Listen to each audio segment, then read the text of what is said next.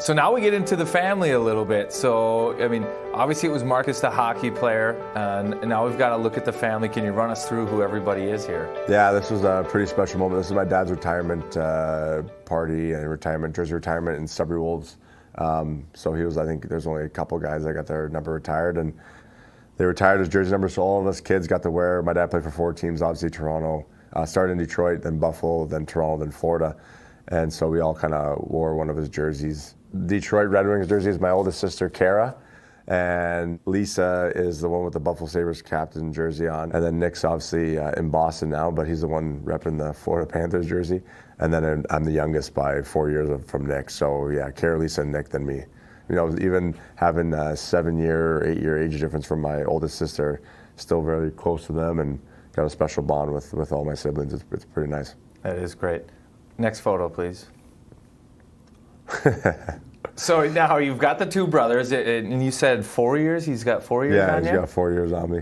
Did he pick on you? Did you pick on him? Like, how did that grow? Yeah, he picked on me for sure, and then I was that younger brother that was always around him and his friends, so I feel like, you know, that he always would get sick and tired of me being around, and I was just one that I thought my brother and his friends were the coolest guys on the planet, so, but very supportive brother, and obviously we got some sweet jean jackets.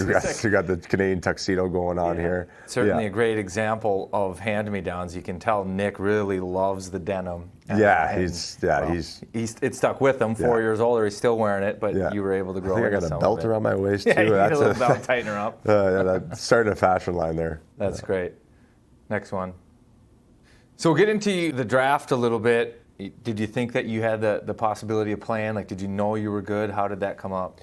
Yeah, I think that was like, you know, I think you kind of start figuring out when you get to juniors. I think that's the thing where like you can see if you start separating yourselves from other guys, and you kind of get looked at from other teams and from scouts telling you, you know, that agents are, you know, my agent would tell, you know, these guys are at your game looking at you. So when you kind of hear that stuff, then you kind of think, you know, maybe this could be a reality of getting drafted, and it happened that year to be a good year. Had a good playoffs and got taken 4th round into the Buffalo Sabres in Montreal draft in 2009, and I was able to walk down. They had a jersey waiting for me and stuff, so I felt like it looks like I went 1st overall right there in that picture, and that's how it felt when you get drafted. You don't care when you get drafted as long as you're getting in the league, and it was a lot of fun that day with having my family around there too. We celebrated when we got back to Sudbury that day.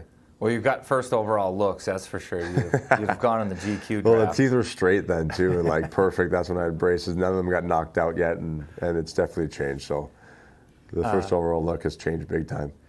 So it's about the important time, like you're becoming a player, and you talked about your family being there, but then your mom passes away shortly thereafter this, and can you tell us how hard that was, or how that was? This was a crazy summer, and doing a lot of stuff with, you know, my mom's fight with cancer, and she wasn't strong enough to make it to Montreal, but it was pretty cool to get back to Sudbury, and she was waiting, and I think it was after that, about a month later, that she passed in late July, so pretty crazy. You know, there's a lot of belief that she held on just to kind of see where I was ending up, and she was a special lady, and a lot of these pictures where she's taken me to a lot of games, a lot of tournaments, and I think, you know, making it to the NHL was probably a goal of hers, and obviously a goal of mine, but it was a special moment for sure, and you kind of felt like, you know, she hung on there just to kind of see her, you know, baby boy kind of make it to the NHL. So, you know, a lot of people know her, and she was just a gentle woman, special woman, and you know, dearly missed for sure. If we roll the next one, now family kind of the foundation of hockey, and now you've started to develop your own. So introduce us to the people in the photo. This is my lovely wife Natasha.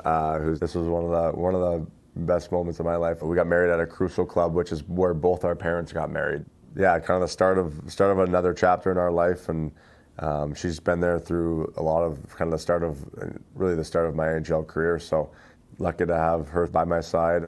Next photo, please. So you're married, you're playing, and now the first child comes along. So how was it, this experience, Marcus as a dad for the first time?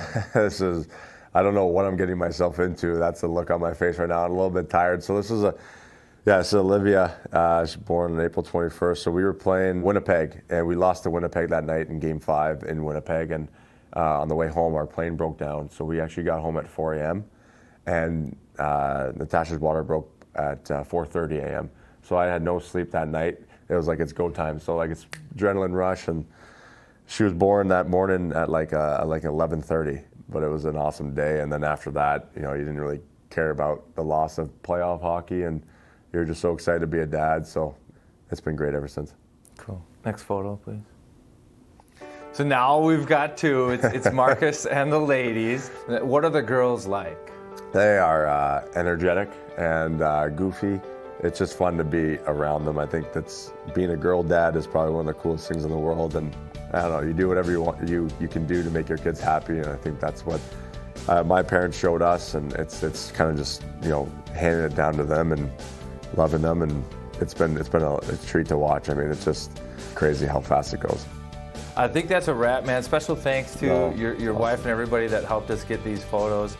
You for being so awesome with it. But man, it is fun to see your journey with this, and appreciate the time, my man. Thanks for having me. Appreciate the pictures. It was a nice little surprise.